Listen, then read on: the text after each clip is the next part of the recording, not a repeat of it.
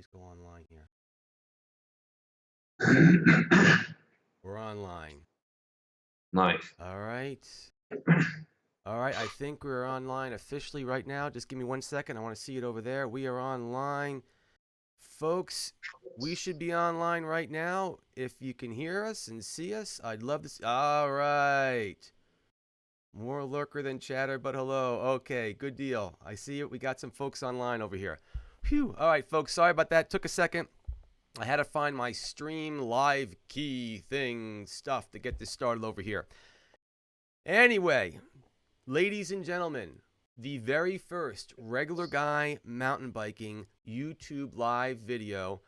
Fingers crossed, little bumpy in the beginning, but I'm shooting it off with my buddy James over here, Wilson, talking about his pedals. James, nice having you on the show tonight. We're stoked. We're going to make this baby work, buddy, and you're going to help me, man. That's right. That's right. We'll do it together. All right, man. Awesome. All right. So, folks, we are on here. Let me make sure we're working good over here. I got that working. There it is. That's working. Everything's working. Let me close some of these windows so I don't have so many windows going on over here. Beautiful. All right. So, folks, here's the deal. You've got an option when it comes to pedals, right? You can go with your flats. You can go with your clipless. A lot of us have started on flats, then moved to clipless because we've been told certain things like you're more one with the bike, or you can get more pedal power, or you can't fall off or something like that. There's 16,000 million different reasons. Now, some of those reasons may or may not be valid, okay? Some of those reasons may have been valid, and now we've got better technology that can make those things that might have been valid not quite as valid anymore. So things are changing, though. A lot of things are changing. And one of the things that have changed is the pedals that we have and the options we have right now. Now, James has put together the Catalyst pedal. Obviously, he's going to talk about that. This is his specialty. He designed the damn thing. But it's a different size and style flat pedal that we're going to learn more about tonight. That's going to maybe open your eyes to some of these theories that we thought were 100% true, right, James? And get an idea. So let's do the Cliff Note version first on what these pedals are about and why you went with this. We'll answer some questions along the way. Actually, real quick, a little bit of housekeeping, folks. I do see your questions. We will be answering them live, and I'll be doing the best I can. If there's a whole lot of them, I might have to table them for later on, but I'll try to do them along the way so that they're kind of in context with what we're talking about. That being said, I will give the guest the floor. James, it's up to you. Gene, yeah, appreciate the introduction. Good to be here as always. Share some information with everyone. But yeah, I mean, I guess kind of the Cliff Notes version of it is, were clipless pedals really better, or did we just have crappy flat pedal design? Right. And so, kind of walking things back a little bit, I will actually correct you on one thing. Everyone started out on flat pedals if you rode a bike as a kid. True. So this thing of like, I don't know how to ride flats it's not true. Like pretty much everyone rode them as a kid and never had a single problem. So what you need to do is just relearn it, not necessarily learn something new. Mm-hmm. But that's something that people tend to kind of forget sometimes. It's like, that's when you first learned to ride a bike, that's what you used. They worked. They worked. It's fine. So anyways, like a lot of people, when I first started riding, I started out on flats, and then I got into mountain biking, and I was told I needed clipless pedals. And some of the main reasons were you need to pull up on the backstroke because that helps you increase the power. Because if you can push and pull at the same time, it's going to give you more power than just pushing alone will, which makes sense. Another reason is that you want to be on the ball of your foot. You want to be able to use your ankle to push and pull, what's called ankling, because again, if you want to use that joint to help with the pedal stroke. And as well as it's going to help keep your feet attached to the pedals in rough sections. They're not going to bounce off as easy. So these are some of the main reasons that people will tell you, like, well, this is why you need clipless pedals and why they're better. You're going to be a more efficient pedaler and, better rider and all these things. Like, who wouldn't want that? Right. And they so sound like the answer to everything, right? They sound everything. they sound like they'll make you an amazing rider if you just stick these suckers on your bike. Exactly. Yeah. It's kind of how they're billed to new riders. They're the answer to every problem you had. You didn't clean a climb. Oh man, if you had had clipless pedals, that wouldn't happen. You had to, learn how to bunny hop or something like that. And it's if you had clipless, it would have been easier. Anyways, not to harp on that, but there's a lot of reasons thrown out, like you said, and like most people, I believe them. And so at one point I switched to clipless pedals. And I spent, probably a good 4 to 6 weeks practicing, which if people know me, like I don't do things half-assed. Like practicing clipless pedals means like I was spending dedicated time, out in front of my house, practicing clipping and unclipping, trying to get comfortable with it. And I could never get like really comfortable with my left foot. My left foot was the one that I was just like, dude, like I just don't feel comfortable like getting that out of the pedal on the trail. Right. And the trails that I rode were really rocky and technical. I started riding in Santa Barbara, and if anybody's ridden there, again, it's like granite, rock, and very high consequences if you're a new rider and you don't get unclipped. And so at one point, I literally had one of those fall over at the stop sign moments, and I decided I would have died if this would have happened to me on the trail. Yeah. I'm having way more fun on flats. I'm a new rider. It's probably not my pedals that are holding me back at this point. I was lucky enough to ride with somebody who was a good flat pedal rider. So I saw him and I'm like, I know I can get at least as good as him. Right. Until I need to switch. And so I decided I'm just going to stick with flats until I know it's my pedals and not my lack of skills and fitness that are really holding me back. And so fast forward several years down the road, never really got to that point where I felt like that was a problem, but I got into this whole mountain bike coaching thing, started working with higher level clients and eventually started working with a guy named Aaron Gwynn, who most people recognize. And again, I've told this story a few times, but what happened is I wanted to know how exactly clipless pedals work and how exactly the pedal stroke works, because if I'm going to design training programs for someone, then I need to know how it works so I can design them to enhance what's going on. And so I started to look into the science behind clipless pedals and look into like what we actually knew about what the pedal stroke was and how I needed to be designing training programs to enhance how it was supposed to be happening. And that's when I just started running into like, well, wait a minute, like I can't really find anything. Like people talk about it like you could just throw a stick and hit 5 studies that definitively prove that clipless pedals are superior in every way, shape, and form to flat pedals. And it's not even up for debate anymore, is the impression that you get. But when you really start to dig into it and look at the science and find out what do we really know, you find out, wait a minute, that's not the case. And so, through my own research and conversations with other people in the industry and stuff like that, it really started to open my eyes to a lot of the stuff that we thought were truths and facts about the pedal stroke really weren't. They were more just kind of like, things that sounded good back in the day. Like people forget that the bike is the safety bicycle, as it's known, is like what, 125 some odd years old.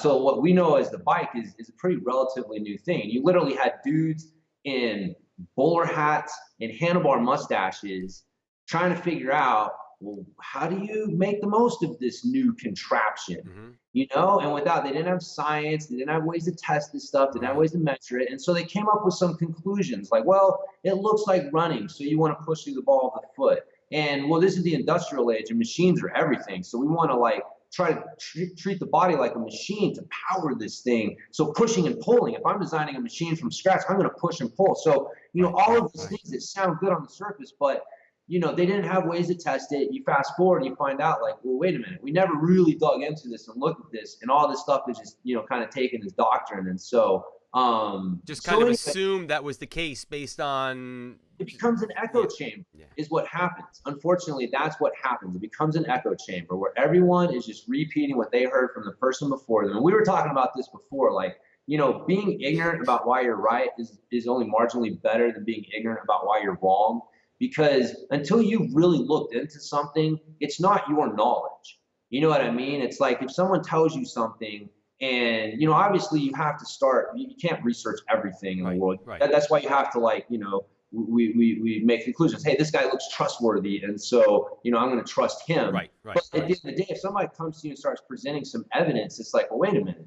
Like, well, this makes me question things, and I've never really looked into it. All I've ever done is try to trust trustworthy guy over here. Mm-hmm. You know what I mean? Like, that's not your knowledge. That's somebody else's knowledge that you're just wearing. Right. And so what happens is that's what happens in the cycling industry. Is it just becomes like everybody's borrowing this knowledge, and they don't even know where it's borrowed from in the first place. You know what I mean? Mm-hmm.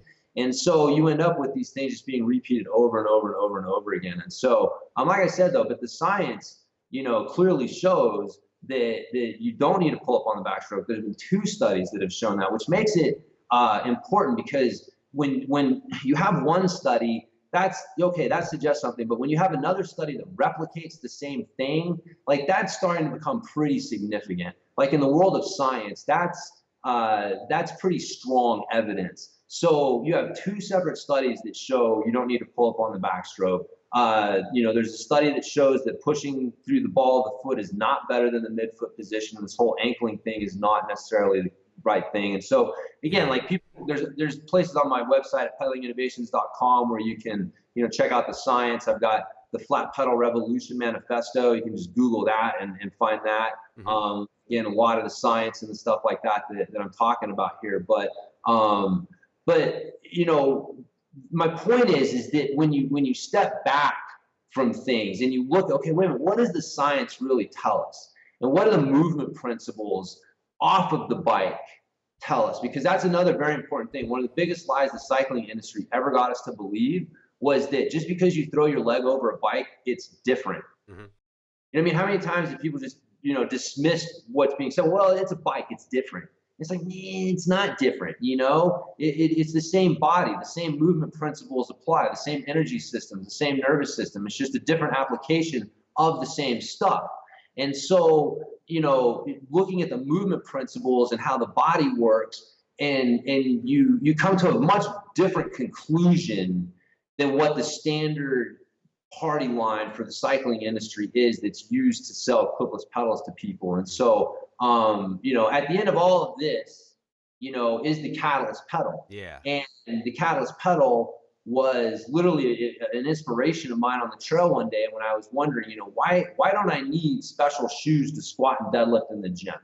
I can go in the gym and I can lift hundreds of pounds barefoot, and I don't need stiff sole shoes. And I realized it's because the ground supports my foot differently than my pedal does. It supports both ends of my arch, which makes my arch very strong and stable. And this is why you want to keep your heel down on the ground when you're, squatting or deadlifting or something like that. And so that was the inspiration for the pedal, was, that realization that you wanted to stabilize the arch to create a stable foot so that you could then tap into the natural movement principles of the body and go from there. I'm gonna bring up that one image we have over here, because okay.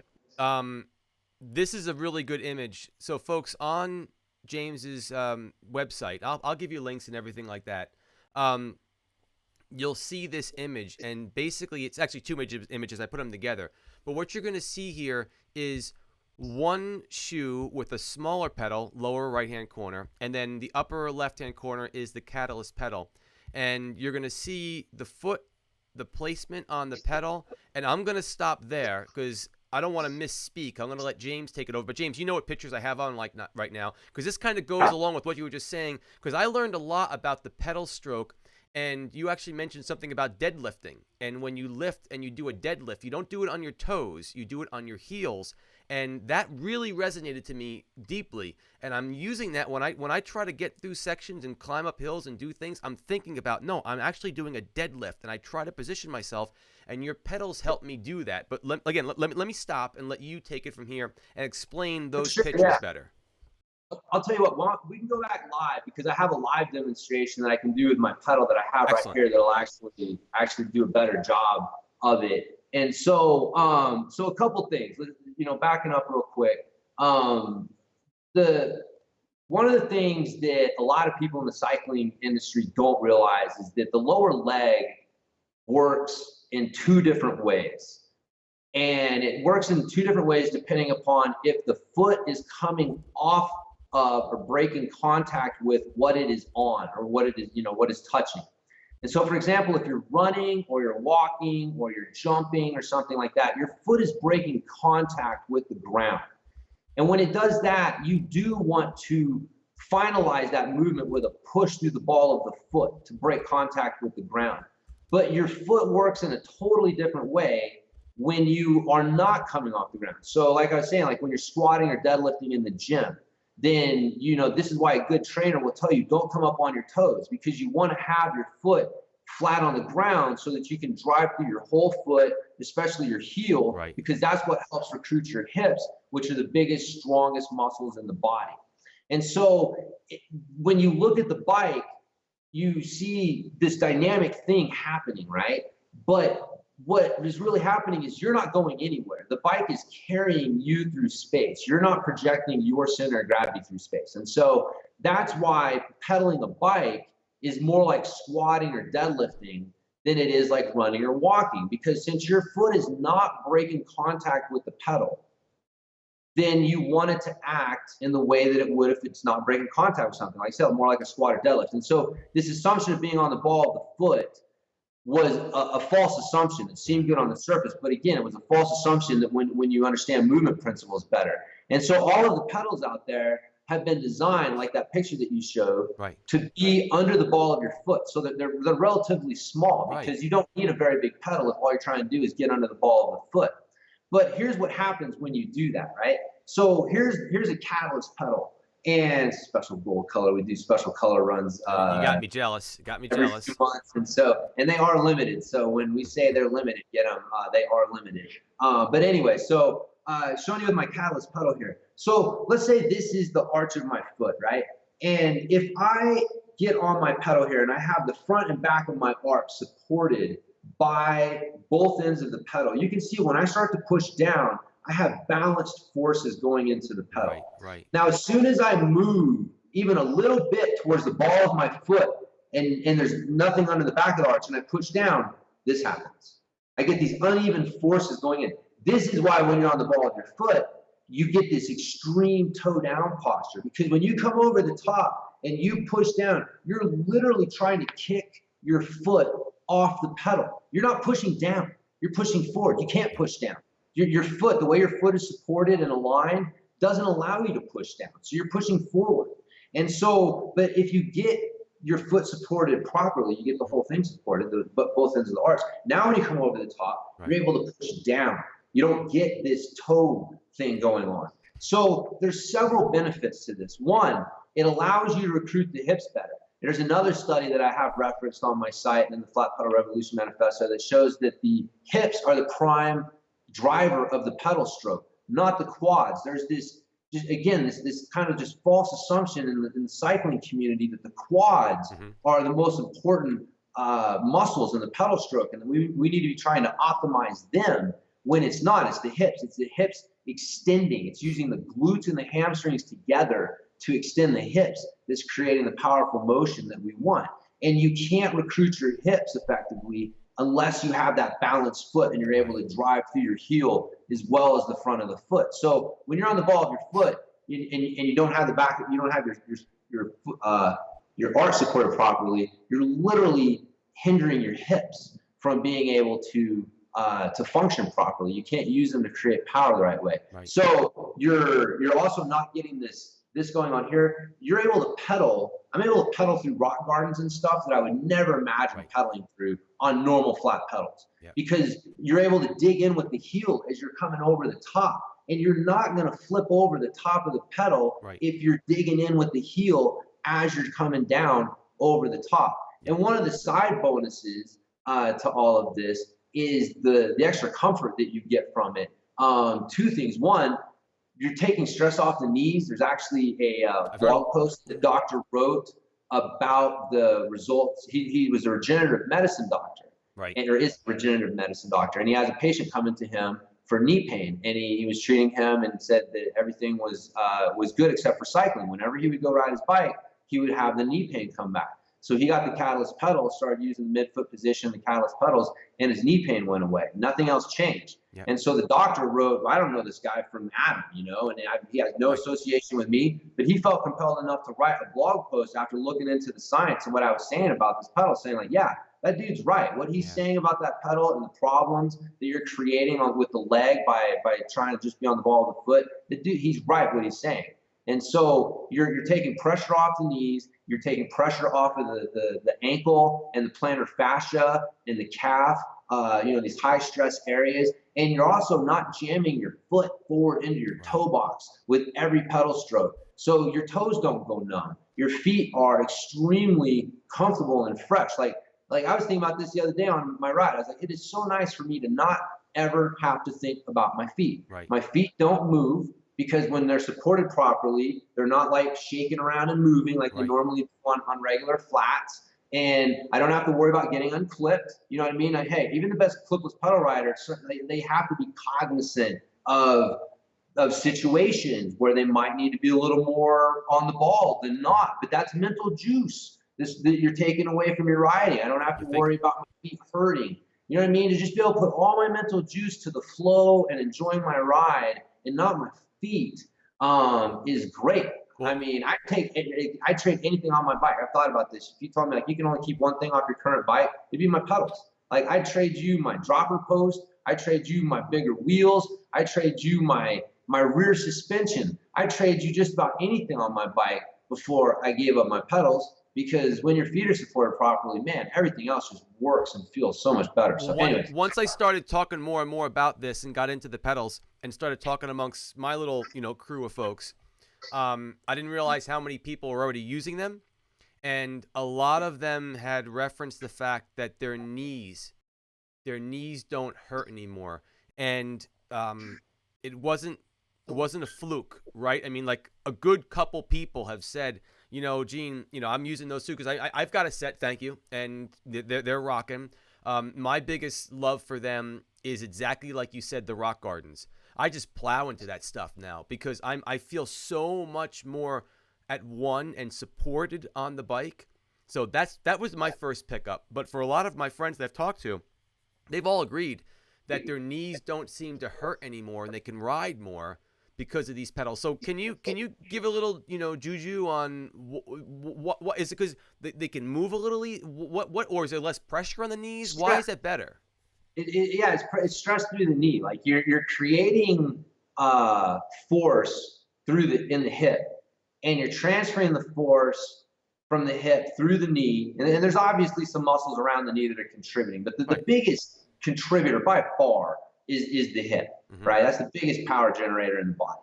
And so you're creating it at the hip, and it's going, and you're transferring it into the foot. And so if your foot is not stable, you're not able to transfer the force evenly into the foot, that force is going to get transferred unevenly through the knee, you know? And so that's why, again, like if you go, my example of, you know, any good trainer is going to tell you to don't come up on your toes when you're squatting or deadlifting. You're going to shred your knees. You know, this is just like common knowledge in a gym. And yet that's what we're doing when we put ourselves on the ball of our foot on the bike. And so that's exactly what it is that more stable foot allows for a more stable transfer of energy through the foot. And that's what is allowing, you know, you're using your hips more effectively, and you're taking that stress off of the knee. So, you know, the body's a wonderful mechanism, man. Like if you just let it, it's like, I call it barefoot pedaling. You know, it's this kind of term I coined after reading the book Born to Run. And, you know, it's the same idea of how the running shoe industry screwed people up by trying to outthink the human body, you know, by trying to think like we know better and we can make it better, rather than embracing and saying, man, this thing's a beautiful, beautiful organism that we don't understand fully. And what we need to do is understand it better and figure out how to apply it better to what we're doing. And so that was kind of the basis behind like the barefoot running movement, the barefoot training movement, and honestly, like I said, like what I'm calling the barefoot pedaling movement, which is just allowing your feet to work as naturally as possible. And that's going to allow your body to work as naturally as possible. And that's going to allow you to tap into things that honestly no bike part out there could ever do for you. Yeah. Well, I'll tell you what, give me 1 second. I got to shoot up my sponsor for a minute over here, put it up on the splash screen, and I'm getting a bunch of questions from folks over here. And I want to knock those out for folks. So give me 1 second over here, folks. Do it. Real quick. Hey, folks, WorldWide Cyclery, big sponsor of Regular Guy Mountain Biking. I don't want to turn this into super commercial kind of stuff. I don't want you guys to get angry at me and say, oh, Gene, you're selling out, making commercials. No, I can't do a lot of the stuff that I want to do for you guys, like the bike build I'm working on, without the help of folks like WorldWide Cyclery. Do me a favor, head over to their site. I'm going to give you an affiliate link to go through. It shows them that I'm sending traffic there. I don't care if you buy a pair of socks or a screw, for crying out loud, but anything you can do to send over to WorldWide Cyclery, it really helps out Regular Guy Mountain Biking. They're a big help to the channel, and I want to send a quick shout out to them because they really help me make things happen so I can do them for you. So WorldWide Cyclery, thanks so much for sponsoring Regular Guy Mountain Biking. Now, James, couple things that come up. I'm going to kind of go and scroll up a little bit over here. First common question over here. A lot of people are still bringing up the fact that they do still feel more at one with the bike, where there's a scary part, like you said, rock gardens, falling off cliffs, you know, oh my God, I'm going to die type of thing. But also my foot won't fall off. How do you answer that? Before you do, I just want to throw one little curveball into that. I am seeing a lot more downhill racers using clip-ins, clipless rather. And so what do you say to that? Well, again, it's really hard because it goes back to kind of my first statement of, are clipless pedals better, or do we just have crappy flat pedal design?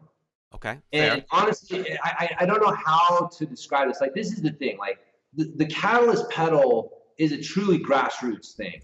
Like, I have been a flat pedal advocate for forever, right?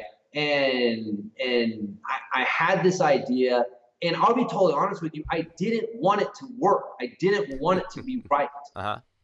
Because it's been my money and my time and everything that's I've put into this and been on the line, because when I got the first prototype made, I was like, really? Like a half an inch? Like, it's really going to make that big of a difference? Right. And, you know, and when I got the first prototype made and I stood on it and I pedaled around, I was like, oh my God, damn, it like, feels good. There's something here. And what I realized is there's a critical mass that's reached, right? Like, you can't kind of stabilize both ends of an arch. You either stabilize them or you don't. And so, you know, having a bigger pedal helps, but you can't really truly understand what it feels like to stand on 5 inches of support for your foot and achieve a true midfoot position and understand what that does for your stability and your ability to keep your foot planted on the bike. And so, you know, that is, you know, my you know, one of my answers to that. I'll also follow that up with, you know, yeah, your foot may come off your pedal, but you also may not get unclipped. And this is also one of these other dirty little things that we never talk about in the cycling industry, is that not all injuries are created equal here, guys. If I slip a flat pedal, man, I've been in the emergency room getting stitches because I ripped my shin open so bad. But you know what? Yeah. I know people who've broken wrists, who have. Aaron Gwynn lost his 2 front teeth going over the handlebars. He stayed at my house after he did it. Over in Moab, when he first started riding for Yeti, he went over the handlebars and was clipped in and couldn't get unclipped. And then there's people that every year that suffer traumatic brain injuries and head injuries and spine injuries. And I mean, I can't even tell you how many people have told me stories of them getting hurt. Doctors telling me, like, man, it's just a joke how many people get hurt by those things, right? And the way that they get hurt, it's not the same way. So, man, I will take a busted up shin any day of the week over a busted up wrist, shoulder, or head. And so both of them have their drawbacks. Neither Right. one is perfect, you know. Well, But let's not pretend that clipless pedals don't have a very, very, very, very, very real dangerous drawback in that category. I also think you're on a point here too. Um, Folks, right? Remember the theme of the channel, regular guy mountain biking. James, we talked once before and you brought up a very good point around if you're a pro, you're putting certain things on the line. You got trainers. You actually said you've referred to them as like a thoroughbred. They've got massage. Like they're okay. Now I could tell you right now. I know a lot of the people that are on the chat right now, and these are good friends. Aaron Gwynn didn't make it to the show tonight. You know, all the folks that are on here are regular guys. Some are various skill levels. Some of them are very quite skilled. But are you willing? Because the joke here, I know you can't see the chat, but there's like lots of people saying, "Oh, my shins," because we've all got the grated cheese shins. I mean, I've got I got a pair right now where I got smacked. But you're right.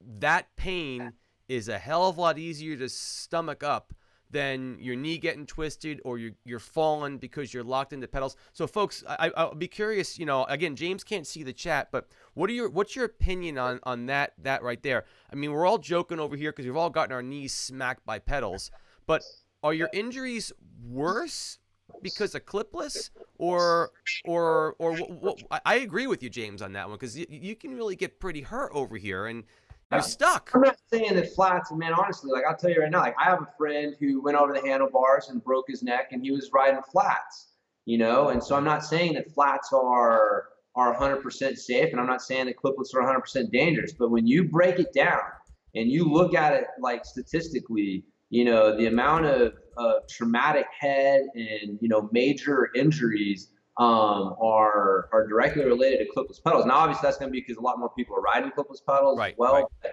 you know, my favorite, I had a guy from LA who told me he, you know, wrecked, couldn't get unclipped, wrecked real bad, broke his hip, you know, was getting taken to the hospital. He got to the hospital, the doctor walks in, and they'd already taken his shoes off of him, everything. He just had his like cycling shorts on, and he walks in. First thing he says, like, clipless pedals, huh? Yeah. And the guy's like, how do you know? Like, I don't have my shoes on or anything. He's like, man, dude, if I had $5 for every time one of you guys came in here, busted up for not being able to get out of those things, I'd be able to retire.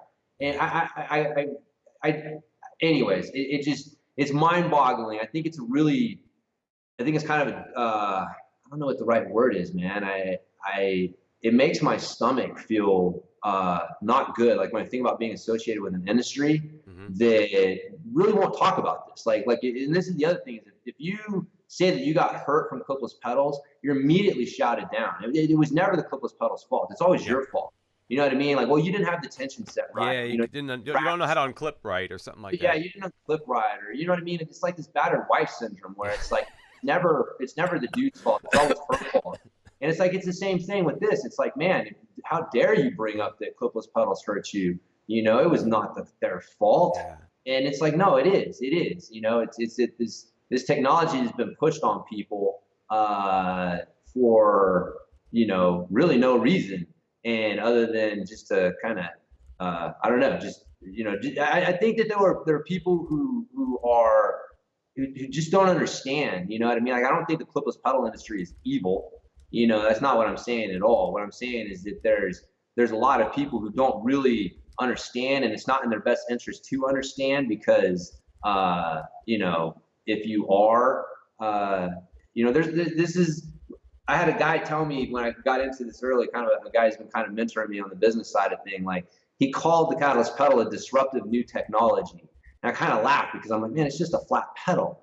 But, you know, he's like, man, it is. It's a disruptive new technology because, man, if that thing comes in and does what you say that it's going to do, like, it is going to disrupt the current thinking and state of things when it comes to the pedals and stuff. And so, you know. Let me run something else by you because I'm seeing a banner behind you.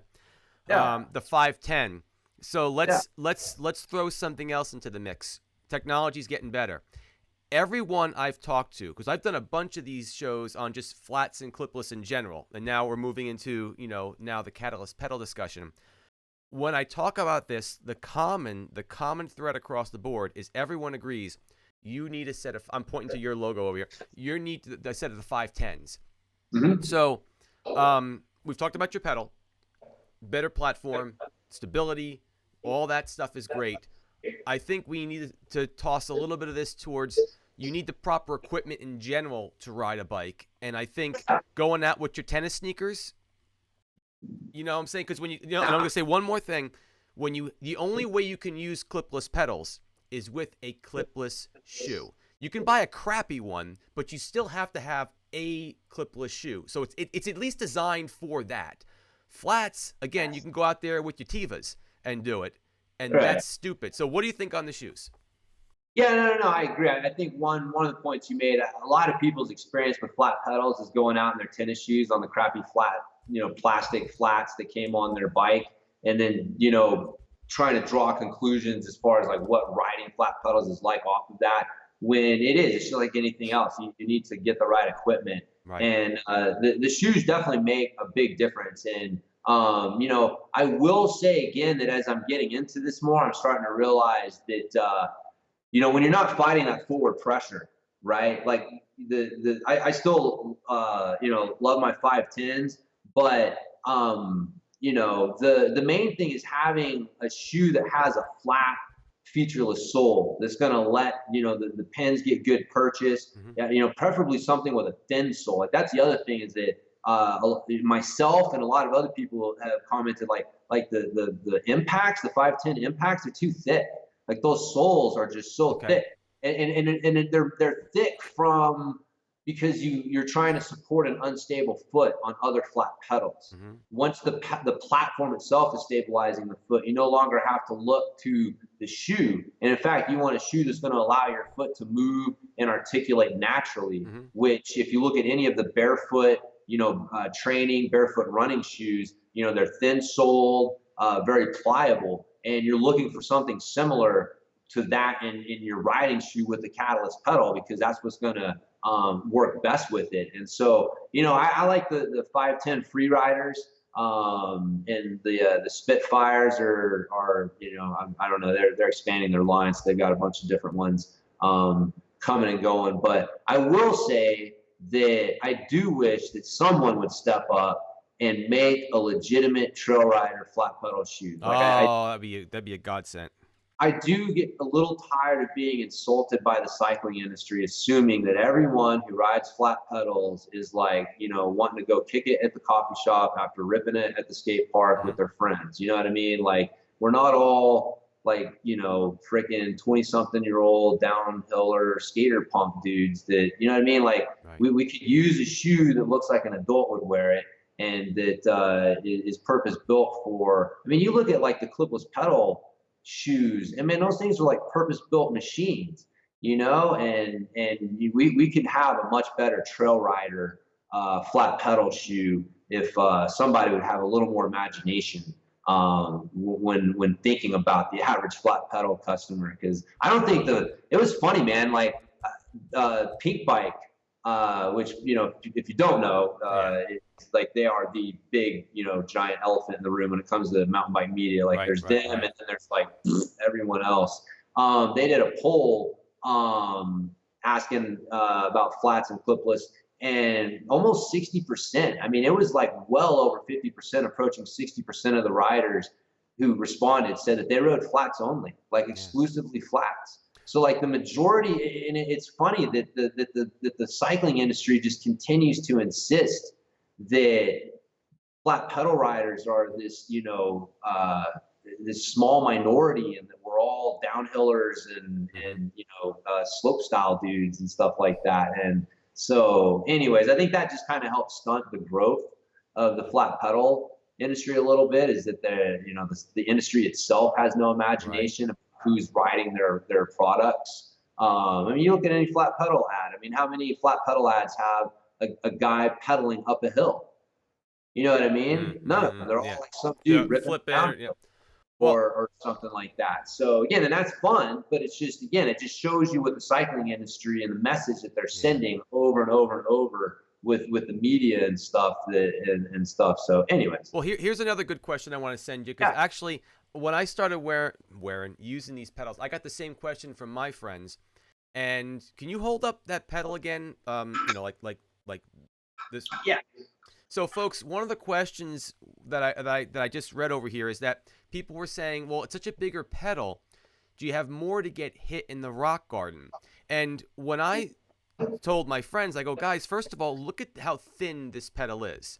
Okay? And remember, folks, you don't pedal it this way where you have this big thing. You don't pedal like that. You pedal Yeah. like this. It's only as big as your foot. So, no, I do not have any more pedal smack rock hitting anything because these pedals are bigger. It's only taking up more room on your foot. It's not more to hit, but that's I'm saying that, folks, as a guy that's actually using them now and testing them. No, I would say I do not have any more pedal strikes at all. Yeah, yeah. I mean, people can again, check our Facebook page, check our site. We've got reviews. And that's one of the things that people comment on is like, I didn't have any more pedal strikes. It was one of the things that I was worried about, but I didn't. And one of the reasons for that is because, again, if you think about it, like I'm not when I come over the top, I'm not like this. Like I like if I'm pedaling like this, I'm actually exposing less of the edge Right. to rock strikes. And so there's a lot of people say they get less rock strikes Mm-hmm. with them because your feet are more balanced You're when not you're kicking it pedaling down. and going through stuff. Yeah, you don't have that extreme forward angle like that. And so, and I got to tell people again, grassroots effort, right? Like I would not produce something with my own money Right. and put everything at risk if I didn't. This isn't a marketing thing. You know what I mean? Right. Like Right. Right. like there was the moment where I realized that the cycling industry will not bring this to the market. I have to bring it to the market. Like if people are going to get their hands on this, and this pedal is going to be able to change lives, like it has, man. I Mm-hmm. mean, you should read the emails that I get from people thanking me. A lot of them because of pain and stuff like that the pedal's been able to help them with, or just helping them enjoy riding more because they were so stressed out from clipless pedals Mm-hmm. and having a real alternative where they didn't feel they're actually losing anything with flat pedals. All that stuff, man, is great. But that's the reason that I decided to bring that to the market. But I ride Grand Junction, Colorado, is notorious as some of the most technical rocky trails in all of Colorado. All right, like our local trail organization, Cop MOBA, had a sticker a few years ago that said "Donate blood, ride our trails." I mean, you go to my I love it. see some of my GoPro stuff. I mean, you see it is rocky, Mm-hmm. very technical. I would never, one of Yeah. the things, actually, here's the thing. I wouldn't ride any of the oversized, what they call oversized flat pedals, the bigger flat pedals, because now when they go bigger, they also go wider, Yeah.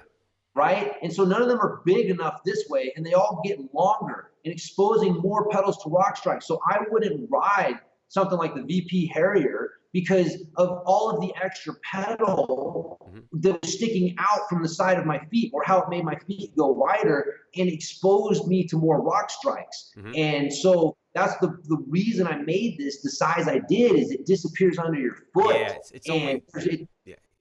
Makes when you look sense. down, when you step on it, you don't see the pedal. Yeah. There's no pedal. And so there's nothing that's like really extra exposed to rock strikes. But like I said, man, I ride some of the rockiest, most technical trails 10 minutes from my house in all of Colorado.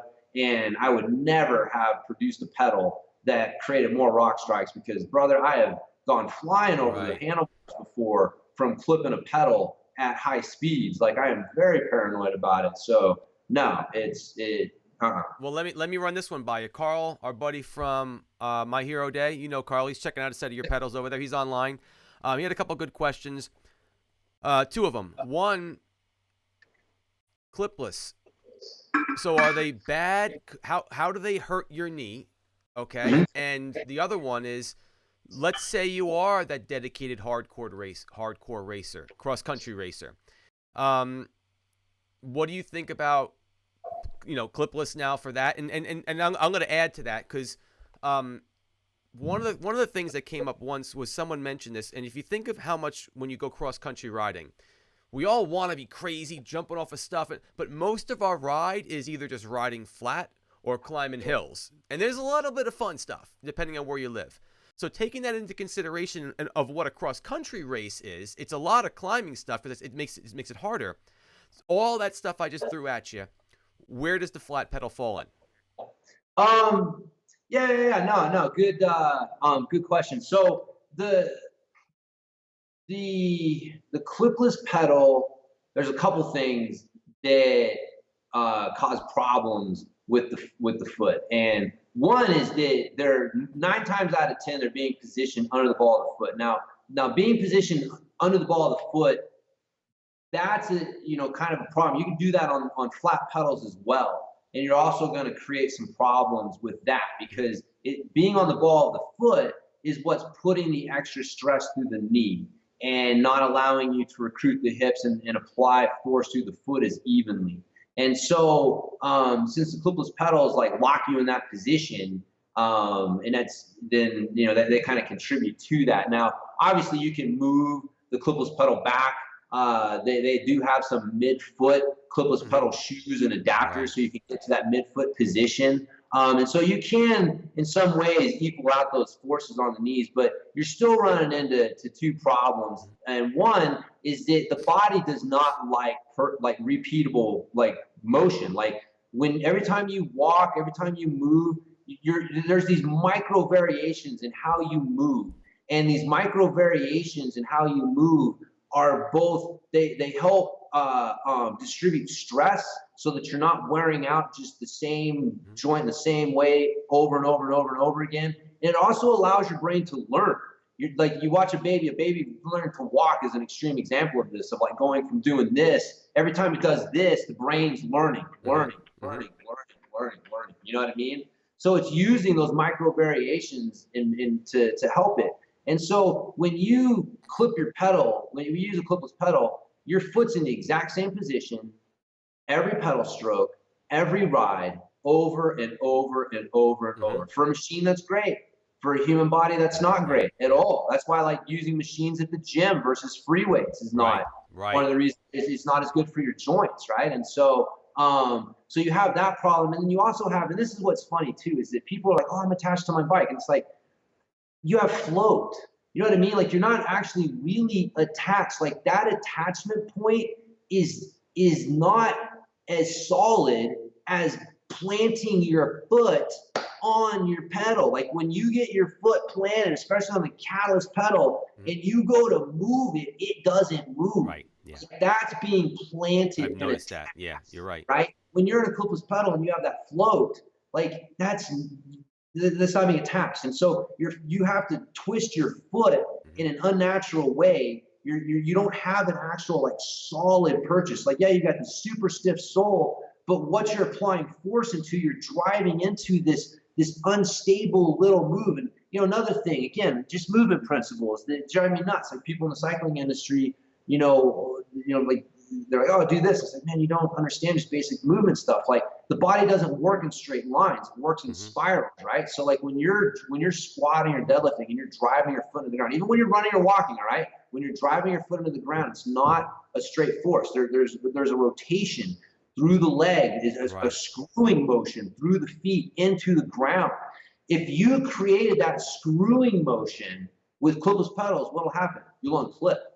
So you actually have to train your body to move in an unnatural way, just to simply not unclip while you're pedaling, because your feet want to be attached to something solid and be screwing in and out of the ground. Right. That's how, same thing with push-ups, screwing your hands in and out of the ground. Right. That's how the body moves, not this perfect repeatable motion, not this straight line. That's nonsense. So anyway, so that's the problems you're going to run into. So what I tell people, and this gets to the professional thing again, I'm prejudiced, but I honestly believe that in the next, like, it's not going to happen overnight, but in the next 10 to 20 years, you're going to see people racing cross-country races on the catalyst pedal, or, whoever's licensed it from me or trying to rip me off or whatever, at a certain point, my patent will expire. It will become the new standard for flat pedals, because when people, again, you're a cross-country racer and you're deep into a race and you're hurting, what's the value of your feet not hurting? Yeah, it's true. You know what I mean? Like you're going that last hill and you're trying to crank and you're like, you don't have to worry about your feet hurting. You know what I mean? Like, what is that worth? Like, that's the thing, is like you can't quantify that in a power test, in a in a lab somewhere. You know what I mean? Right. But like the mental energy that goes into having to deal with clipless pedals is mental energy and that could be going to something else. And again, so I would argue that I still think that you know, if people want to clip in, because hey man, this is deep stuff. I Right. understand, man. It's like big thing, James, for us to just all of a sudden start assuming the Tour de France is going to start using the catalyst pedal. Right. That's not what I'm saying. I don't know. I don't know where things are going, but I do. I suggest that if you're going to use clipless pedals, you use them like you would a weight belt in the gym. You do 80% of your lifting raw to force your body to use good technique and good form, build it raw, and then you use the weight belt to help enhance that good technique for special purposes like a hard training session or a competition. Like when I ran track, we had special shoes that we ran in. Right. So we raced in. They made us faster, right? But we knew that if we used them all the time to train in, they would break us down, that our body wasn't working the same way. And so we had training flats and we had racing flats. And so I believe the same thing is what we should be doing in cycling. Instead of telling people you need to be using clipless pedals, you either need to be using flat pedals exclusively, or you need to be using flat pedals mostly with clipless pedals thrown in for high level competition purposes. So that's how I kind of reconcile all of that. Well, let me do this, folks. I'm gonna do a little bit of housekeeping over here right now. Give you a chance because there's a delay between what I'm talking and when you actually hear it, so you can put your questions in. So we're gonna start closing things up. So if you have any questions, please get them up there on the chat. So first of all, thank you, James, for everything you're teaching us. Okay, this is, folks, notice we're not pushing you really in any direction. James is just trying to give you knowledge so that you can make a knowledgeable decision. His pedals are helping a lot of people. I love them. They're working quite well. But you got the chance right now to ask some questions, and you've got a lot of good knowledge to now make your own decision. So that's a huge help to us all. Now, hopefully you folks like this forum, this method of talking and doing this live chat, because we're going to probably try to do another one with James on stretching and fitness when you have questions on what exercises you should do for mountain biking, how you should stretch. So bring all your achy bones and joints to the live chat so we can kind of work those out over here. So hopefully you're liking the way this whole thing works. So there's going to be a lot more of these. There's also a link to purchase a set of these pedals from Regular Guy Mountain Biking, RGMTB.com. I've got a link over there right on the page to get to James's website. There'll be a link in here as well. So if you want to pick up a set, I'd love for you to go through that link, because James will send me a nice little Christmas card if I do that. But just to be fair, all you folks know me. I wouldn't put I'm not buying a Lamborghini from James's pedals. I wouldn't put the link there if I didn't think they were good pedals and they were going to help people. I'm just trying to be straight up over here. So if you'd like to, that's cool. More ideas for this type of thing would be good. I'd love to know more about this. But let me see if we got any questions over here while we're wrapping it up, just so I make sure everyone gets a chance over here. What do we got over here? I have fairly severe bilateral DVT, deep vein I know. Oh, yeah. I'm running I'm running Wellgo flats right now. Would the DVP, so basically, are these pedals going to help this guy with these huge words that I can't pronounce and I'm looking really silly on video? Here's the thing, man. I'm not a medical professional. Obviously as a company, I got to tread very lightly in today's world of making any sort of claims or anything like that. So that's one of the reasons that I offer a 30-day money back guarantee on the pedals. And because, if they don't work for you, then I don't deserve to keep your money. So that's kind of the easiest thing to do. So it's my little buddy Z. Say hi, Z. Hi. Oh, little man. All right, that's not shooting. All right, go back upstairs. I'll be up there in a minute. Okay. I hope But that helps you with your question there on that. I don't know much about that whole thing at all, but like James said, yeah, you try them, see how they're gonna work, and that's pretty cool too, folks. You can really give it a good shot.